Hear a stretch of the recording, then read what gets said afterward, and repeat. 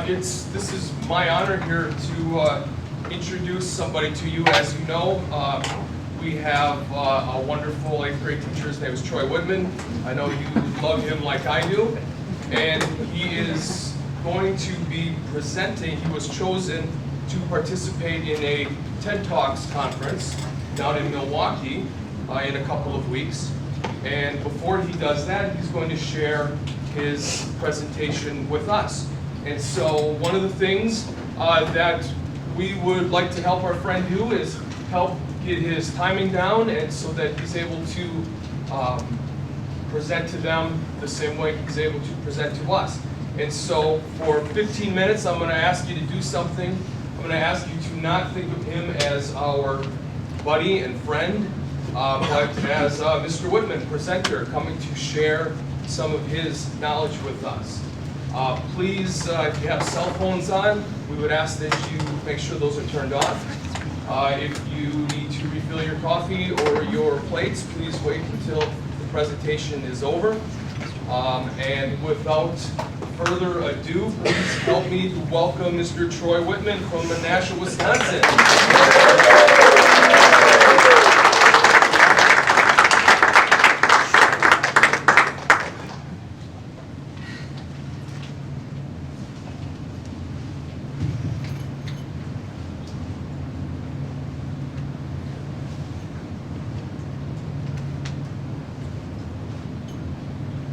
Thank you for allowing me to have a few minutes of your time as I speak about taking back our educational keys. Just who has these keys, and more importantly, how do we get them back, will be determined by all of you. During the course of this presentation, I hope to say something that is at least slightly profound. I know I'll say something controversial, and I hope to sprinkle in a little goofiness. Recently, I rewatched the movie Dead Poets Society.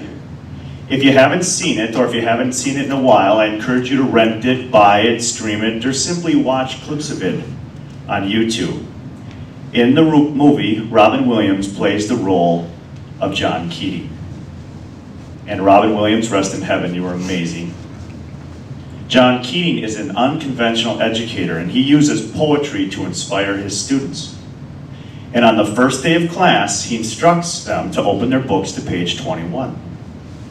A student reads aloud from a section entitled Understanding Poetry.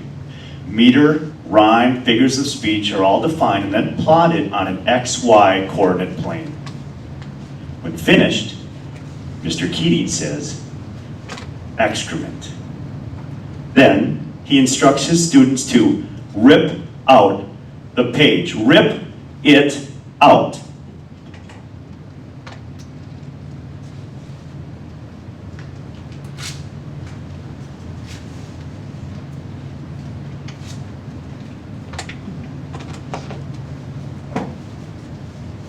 There's a flurry of activity as the pages are torn from their books and they litter the floor. When I watched that scene, it seemed so incredibly obvious. Like, of course, you can't measure great works of poetry by simply plotting points on a graph.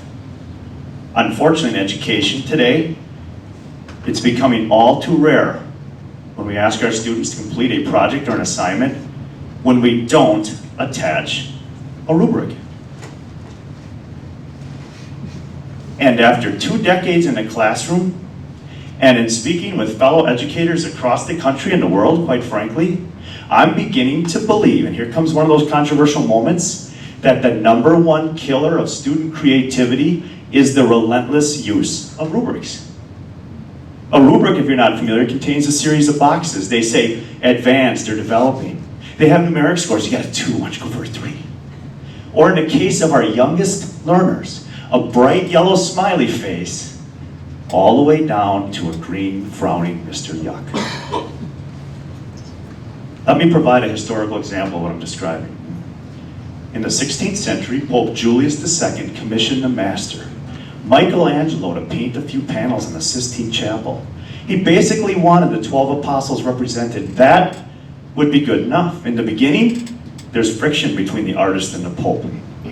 Eventually, Pope Julius II relents. He gives the master free rein. Instead of simply painting the 12 apostles, Michelangelo paints hundreds and hundreds of breathtaking figures covering an area over 5,000 square feet, most of it on the ceiling, of course. Today, the Sistine Chapel is considered the cornerstone of the High Renaissance, quite possibly the greatest work of art ever forged from the human mind. Incidentally, if you want to know what God himself looks like, Google it. And one of the images that comes up will be from Michelangelo.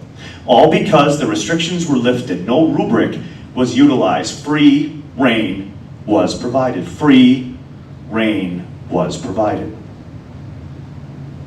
And please know, I'm not anti-rubric. I use them in my very own classroom. We just got to restore some balance. For every rubric we give, we should also staple a sheet to their projects and assignments that say, simply, be amazing, be transformational. Or to use a John Greenism, don't forget to be awesome. This is an example of an educational key we must take back from the drive-by experts that are not a part of our school districts. They're not in our classrooms. They don't know our students, and yet they tell us it's good for kids. Really? Is it? Anyone take a test lately? How about a standardized test? I was recently watching television and this hideous noise broke into my programming. And then this monotone voice said, "This is only a test." I thought, what perfect theme music for announcing a test. Or maybe the song from Jaws would be slightly better. Does the thought of taking a standardized test and a comparison of your results to others make you a little nervous, a little anxious, downright fearful?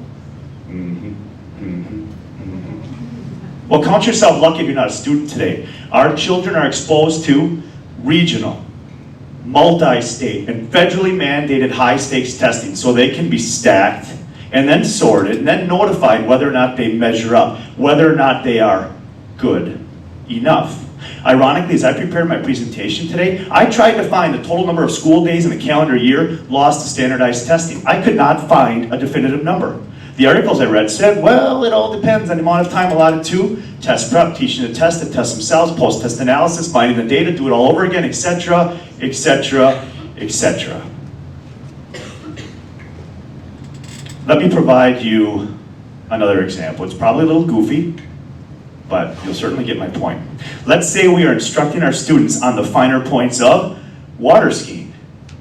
One of my students, Dante, takes such copious notes as I teach to the test that we actually have to invent a new grade for him, the AAA+. Then excitedly, our class takes a trip to the lake because they want to see him in action. So do I. Dante readies himself in the water, holding up the tips of his skis. I come around the dock in my 40-foot bright red carbon fiber twin turbo 1500 horsepower fuel injected nitrous infused race boat. Yeah, and we throw him the yellow rope. We just all wait in anticipation. What's going to happen? Mr. AAA+ has got the rope, got the handle. What do you think is going to happen when I jam down the throttle? It's going to be a catastrophe. His body will flip around like it's bouncing off concrete. What does he actually know about water skiing? Nothing. Why not? Because he wasn't engaged. He was a passive learner. He never had an opportunity to learn from an experience. This is another educational key we must take back from those that push and, yes, profit from relentless, high-stakes, standardized testing. One more belief I'm starting to develop, and here comes another controversial moment, is high-stakes testing creates information deficiency. Again, high-stakes testing creates information deficiency. You know, I told my students that boat story, and they said, well, let's have an experience with water skiing. And this is what we did.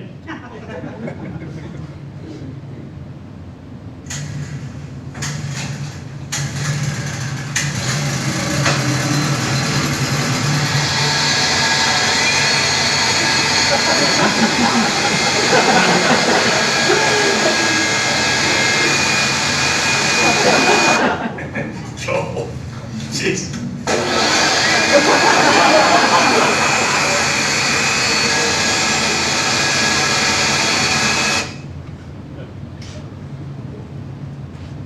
We We seem to be moving away from an environment that nurtures a love of learning. Instead, we're creating a false reality for our students, one that makes them believe that their future potential can be measured by some solitary point on a bell-shaped curve. Here's an anecdotal example, and it makes me very uneasy. This young lady, her name is Aurelia. And last year, right before class one day, she says, "You know what, Mr. Wittmann? I'm never going to say I'm starving to death or I'm dying of thirst ever again." "Why not, Aurelia?" I asked. She said, "Because, Mr. Wittmann, right now there are millions of children that are literally starving to death and dying of thirst. And while I might be a bit hungry or thirsty, I know there's always going to be something for me to eat and drink." Well, if I had hair in my head, it would have stood up at that very moment. And Aurelia, look at that. Aurelia is not a very good standardized test taker. When I took this picture, I received her permission to tell you that. Her comment was transformational. I'm 46, I will never use those two expressions myself, ever. So, who am I? Or who is some test generator? Who is some politician to tell this precious child, "You do not measure up, you are not good enough"? Calculating IQ the way we do almost seems like a sophisticated form of abuse. Daniel Goleman is a prolific author and writer. He writes about emotional intelligence. Dr. Goleman believes emotional intelligence, or EQ, is a better indicator of future success than IQ. And shouldn't we all be a little more mindful of the role our emotions play in education? The fact is, when you tie emotion to instruction, it becomes more memorable. Case in point, if I asked you what you had for breakfast a week ago, you probably wouldn't recall. Why not? It wasn't memorable, and I wouldn't know either. However, on July 22nd, Tuesday, 2014, 9 a.m., I can tell you I just finished eating a 3-egg omelet. My coffee was lukewarm at best, and I had 2 scoops of sugar-free cappuccino mix in it. My lovely wife, my oldest son were at work, my youngest son was sleeping upstairs. How come I remember all these details? Because I was worried sick about my niece, Serena. A Peace Corps volunteer in the Philippines, Typhoon Glenda, had just devastated and ravaged the area that she was working in. At exactly 9 a.m. on that date, that sweet little voice on the other end of my phone said, "I'm okay, Uncle Troy." She told me how she picked up broken glass, cleared brush, comforted children, waited days for the power to come back on. And then that sweet little voice said, "I'm living the dream of a Peace Corps volunteer." The joy I felt as I spoke to my niece made everything magical. Regrettably, the current trend in education of chalk and talk, sit and get, drill and kill is draining the joy from our classrooms. This is another educational key we must take back. We have to make learning engaging, exciting, memorable, and yes, magical. The 2 young ladies I spoke of, Aurelia and Serena, are not only emotionally intelligent, they are emotionally brilliant. Does the rise in ADD, attention deficit disorder, does that alarm anyone? I'll always defer to a quality physician as to whether or not one of my students has ADD. However, as a professionally trained educator, I believe it's my responsibility to have my students standing and rolling,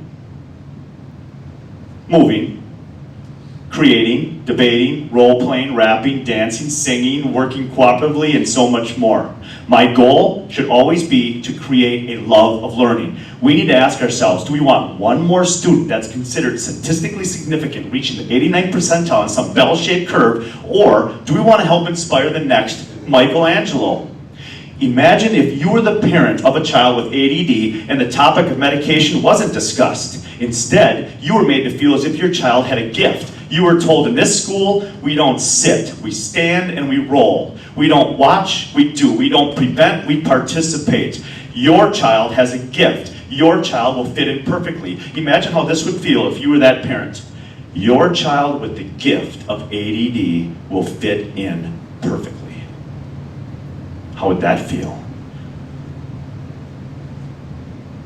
Imagine current and future educators taking a tour of your school, because it's transformational, of course. Imagine the science wing, where the students become the solar system.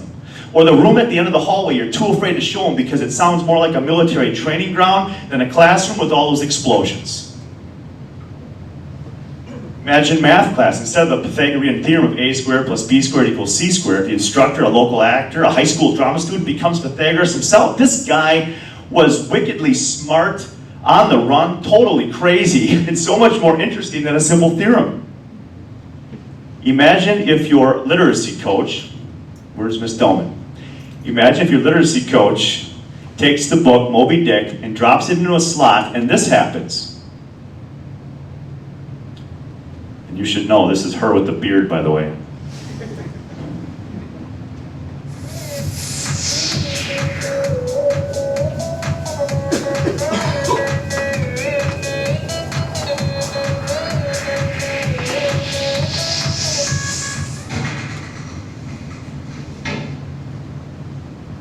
Don't call me Ishmael.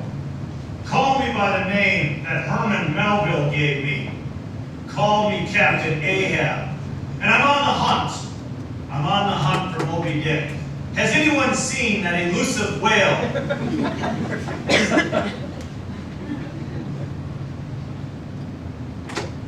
And I certainly want to recognize the many wonderful, hardworking educators and administrators that are doing what I'm describing and more, much, much more each and every day. You have not surrendered your educational keys, and your students benefit from your courage. Keep singing, Gwenny. Love you. And I want to recognize that my test scores are never high enough, and I think I'm done apologizing for it. Fortunately, I'm in a school district where I don't have to scare my students with, say, this is high stakes, you better do well. Do we want to do well? Of course we want to do well. Maybe what we should say to anyone, anywhere that feels our students don't measure up due to some quantifiable score is, we don't teach to the test, we educate to inspire. Again, we don't teach to the test, we educate to inspire. My dad, and rest in heaven, Dad, because you were amazing. My dad said there's 3 types of people in this world. Those that make things happen, those that watch things happen, and those that wonder what the hell just happened. Why not, and that's the theme of the conference, why not be the generation that empowers and engages our students? Let's make things happen. At this time, I'd like you to check your pocket or purse and see if there's a key in there. Do you have a key? If you have a key, I want you to take it out.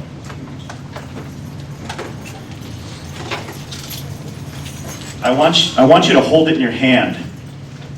Squeeze. I want you to hold it in your hand, and let this key be a personal reminder to you that in education, we unlock the doors that help students realize their infinite potential. Charles Dickens said it this way: a very little key can open a great big door. It is time to take back our educational keys and open those mighty doors for our students. Thank you, and God bless.